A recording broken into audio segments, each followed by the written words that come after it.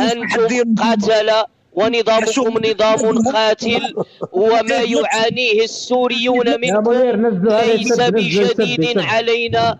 نحن نعاني منكم من 1975 وتقتيل الشعوب من طرف النظام الجزائري ليس بالجديد، كان بالأحرى. أنت لم تستطع أن تجيب على أي سؤال. وبشار يعتبر ولي نعمتك، لأنك لم تستطع أن تقول أن بشار سفاح وبشار مجرم. أتحداك أن تقول بشار مجرم، أتحداك أن تقول بشار مجرم، فأنت قاتل مثل بشار. السوري من درسك العربية، والسوري من جعلك تتكلم الآن باللغة العربية، واليوم أنت تساهم في تقتيل من درسك الدين ودرسك الإسلام وعلمك كيف أن تكون عربي، بعدما كنت بدوي، بعدما كنت تسكن الخيام، بعدما كان لا تكون لك لا هوية ولا أي شيء. اليوم أنت تقتل ولي نعمتك الفكرية، ولكن شتان بين الثرى والثريا. مجموعة، أنتم عصابة، لا أقل ولا أكثر، لا أقل. تفضل يا صديقي. بعد إذنك كلمة. الموقف الجزائري في سوريا ليس حداديا، ومن البداية متواطئ مع نظام الأسد، عرفت كيف؟ ويندرج في إطار تعاون قديم هاد بين الجزائر ودمشق، حتى أنه فترة التسعينات وخلال الحرب الأهلية التي عاشتها الجزائر تجد أن المخابرات السورية قدمت خبرتها للمخابرات الجزائرية، وكشف معتقلون جزائريون سابقون في سجون الجزائر عن وجود حالة تعذيب قذرة جدا مورست عليهم عبر ما يسمى التيس السوري مستورد من دمشق، حيث يستعمل في اغتصاب المعتقلين بطريقة فظيعة جدا. كما أكد معتقلون آخرون مروا على سجون سوريا ثم الجزائر أن التبادل الاستخباراتي وصل حد ولائم التعذيب المشتركة بين أجهزة الدولتين.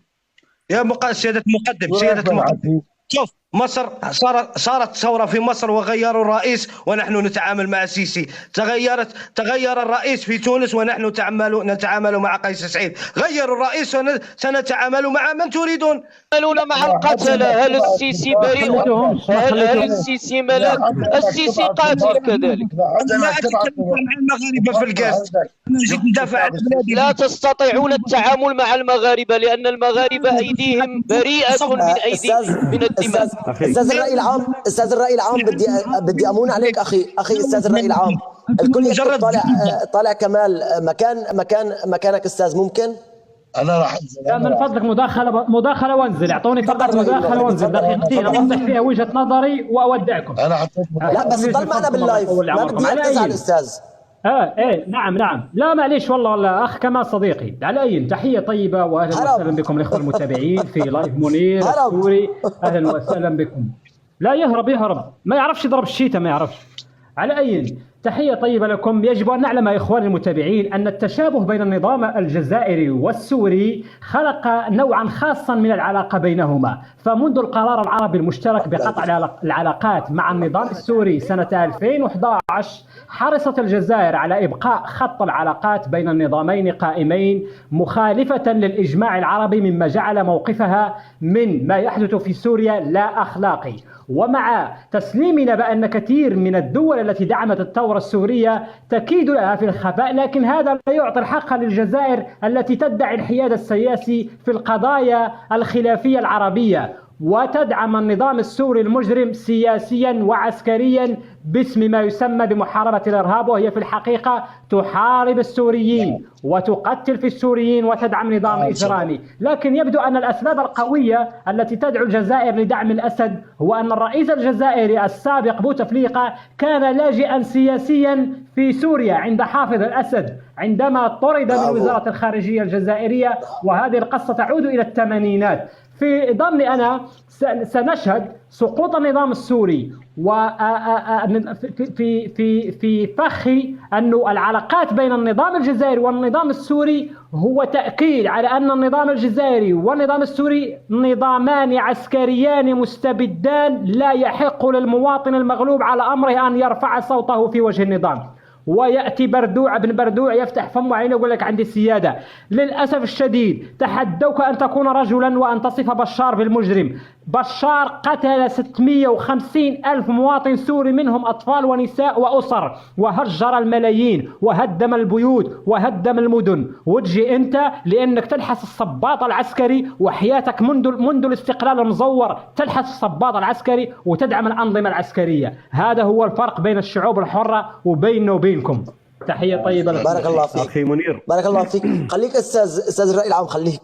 تفضل سيادة المقدم، تفضل. عندي حاجة بسيطة لو تسمحوا أن أمررها عليكم تدل على مدى العلاقة الإرهابية والعصابة التي تجمع بين تبون ونظام الأسد، وأنا حبيت تشوفوها ويشوفها جميع الجزائريين، لأن كل مرة أتدخل وأعلن عليها إلا ويقولون ما كينش منها. لازم تعرف أخي السوري كلمة ما كينش منها، كلمة ما كينش منها يعنون أنهم يقول لك هذا كذب، يعني كل ما تتكلم عنه أنت يقول لك ما كينش منه. هذا الرجل الذي أمامك الآن هذا حفيد الأب الروحي للجزائريين إن صح التعبير، هذا ابن عبد القادر الجزائري المجاهد، هذا حافظ لكتاب الله، متقن للقراءات العشر، أستاذ جامعي، طبيب أسنان. هذا يجب أن يكون ممن يحتفى بهم داخل الأراضي الجزائرية. هل تعرف أين يوجد هذا الرجل؟ هذا الرجل اسمع،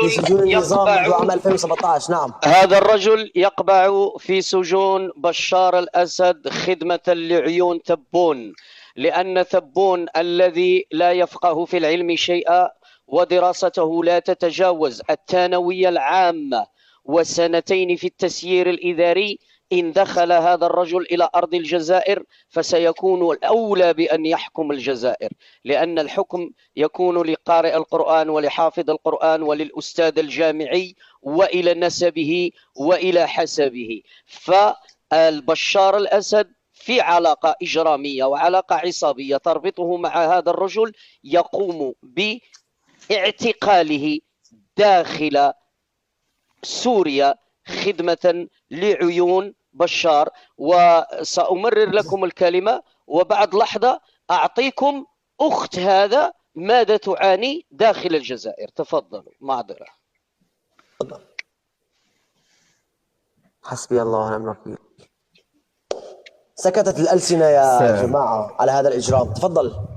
السلام عليكم. حياكم الله. وعليكم السلام. تحياتي إخوتي جميعا. تحياتي إخوتي جميعا. أنا كثير آسف على التأخير أستاذ كمال، أنا كثير آسف، لكن أنا أخجل من إني أهبط حد من الجيست. نعم.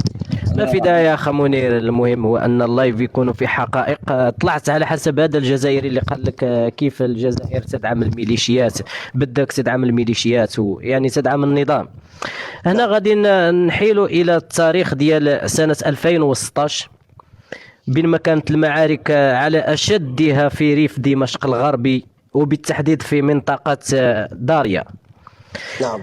في 2016 نعم أكيد في 2016 أعلن عن مقتل، حينها كان أعلن عن مقتل حسين عيسى الملقب بأبو عدي. ومن هو أبو عيسى الملقب بأبو عدي؟ هو جزائري الجنسية وأحد قيادي ما يسمى بالحرس القومي. وهذا الحرس القومي هي ميليشيات تقاتل إلى جانب نظام بشار الأسد.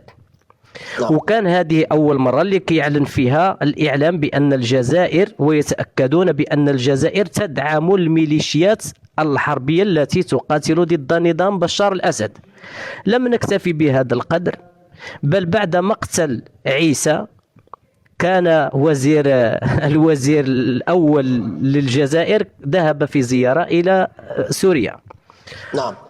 وأخذ رسالة معه من الرئيس السابق عبد العزيز بوتفليقة الذي أطاح به الجيش الجزائري، وقال له بأن دعم الجزائر إلى النظام سوريا سيبقى مستمرا رغم كل الظروف. وقال بأنه سيدعمه في جميع القطاعات، لا الجانب السياسي ولا الجانب القانوني. إذا هنا هذا الجزائري الأخ منير منين طلع قال لك واش حنا غادي ندعموا الميليشيات؟ يعني راه النظام ديالك راه تم قتل هذا السيد، هذا كان راه قائد ميليشيا حربية. وكتقولوا في 2016 رئيسك كيقول بانه غادي يوقف مع الشعب السوري من اجل الارهاب في سوريا. يعني كيفاش ما كتقولوا غادي توقفوا مع الشعب السوري من اجل هذه الجماعات الارهابيه وما كتخافوش بكل نعم. استاذ كمال، هم بنظرهم بان الشعب السوري هو الارهاب. نعم اسمعني يا اخي، يعني يقولون كان يا عجب، يعني كيفاش دوله توقف امام وجه ميليشيات حربيه يقولون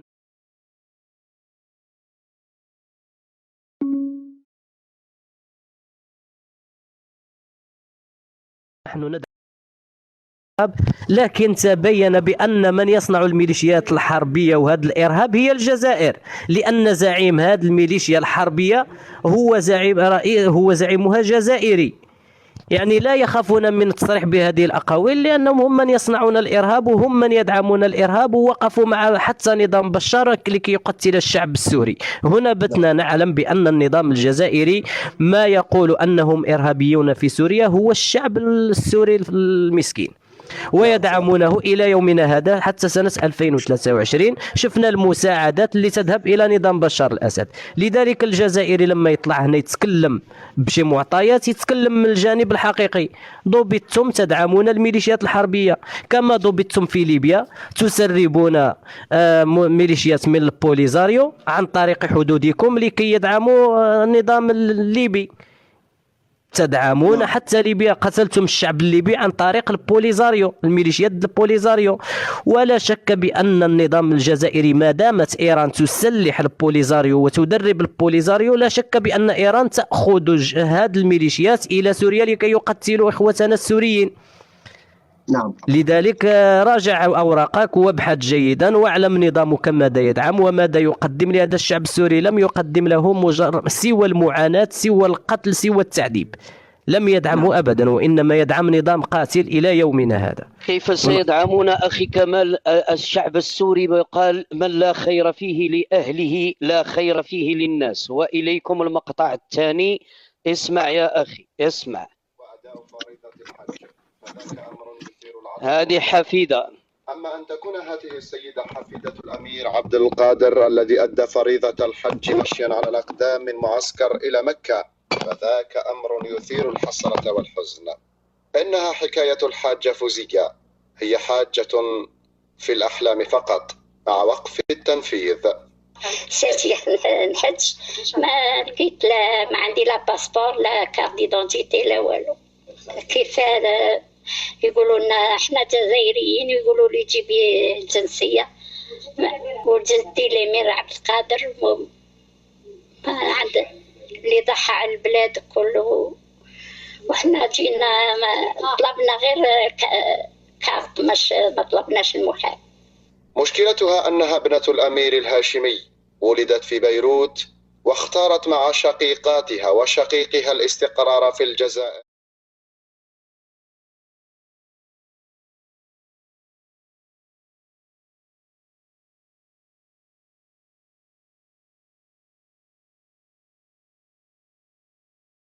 العلماء المسلمين، وعلموه بأن هناك عائلة من أحفاد الأمير عبد القادر. المهم حتى لا أطيل عليكم، فهذه هذه حفيدة أخت الحفيد الذي تكلمنا عنه في سجون بشار، هذه داخل الجزائر ممنوعة من الأوراق الثبوتية ومن أي بطاقة تعريف، محرومة منها. إذن أنا أقول لك أخي منير، عندما يطلع عندك جزائري هنا لا تستغرب ولا تتعصب ولا تتحسر، لأنهم قاموا بإقبار كل المثقفين وكل من هو على بينة وكل ذو عقل لبيب. لا يوجد في المنابر ولا يوجد إلا في السجون ولا يوجد إلا أنه في غياهب يا إما بشار ويا إما تبون. فهذا من الأحداث. عذرا أستاذ، قسما بالله أسأل ألمان ملحدين لا يؤمنون بوجود الله عن بشار، يقول بشار مجرم. كيف له بأن يقول السلام عليكم ويتحدث اللغة العربية ويفهم ويعي ما يحدث في سوريا ويقول لا أستطيع أن أقول بأنه يا أخي اتهمونا بأننا سرقنا جبل، وأنت تقول لي أنه بدك تأخذ منه اعتراف على أننا نساس بشار. اتهمونا بسرقة جبل. جبل تضحك ليش تضحك؟ بالله رغم المعاناة اللي بداخل صدري أضحكتني بالله. والله أقسم لك بالله، وأنت أدخل وتعرف على جبل طبقال من أعلى القمم بإفريقيا. قالوا بأن المغرب قام بسرقة هذا الجبل وقاموا بإدخاله إلى المغرب. هذا الشعب تعرض لأبشع أنواع ما يقال في الدارجة المغربية التكليخ مرادفها الجبن والغبن. أستاذ عذرا، لكن شعب بهذه الثقافة نحن نعتبر بأن الدولة تشيعت وذهبت خلاص. لا، التشيع أنا سأحيلك على مقاطع فيها أئمة نشهد لهم بنزاهتهم خرجوا يتبرؤون وخرجوا يستنجدون ويقول لقد تغلغلت الشيعة وتغلغل المذهب الشيعي داخل مساجدنا. والتبون هو من فتح الجزائر عن مصراعيها للتشيع. وأزيد على ذلك، إذا التقى التشيع والشيوعية فصلاة الجنازة على هذا الشعب، لأن ما إن اجتمع التشيع والشيوعية إلا وأعطاك قنابل موقوتة وأعطاك الأمية وأعطاك الرجعية وأعطاك الإلحاد وما إلى غير ذلك. حسبي الله ونعم الوكيل. نعم أنا أقول لك أن ناس فرض عليهم أن يعيشوا في القهر ويعيشوا في أكبر. نعم أخي ياسر، حتى نوضح معلومة كانت مررتها الفلسطينية المزورة، وهي تبونية تنتحل الصفة فلسطينية وتمرر مغالطات باسم الفلسطينيين في إهانة واضحة للقضية الفلسطينية. قالت أنه لا وجود لميليشيات إيرانية في سوريا، وهذا من قناة الجزيرة. أكدت إيران تقر بوجود أفراد من الحرس الثوري في سوريا ولبنان. وأيضا أنا رأيتهم في عيني رأيتهم في عيني قوات.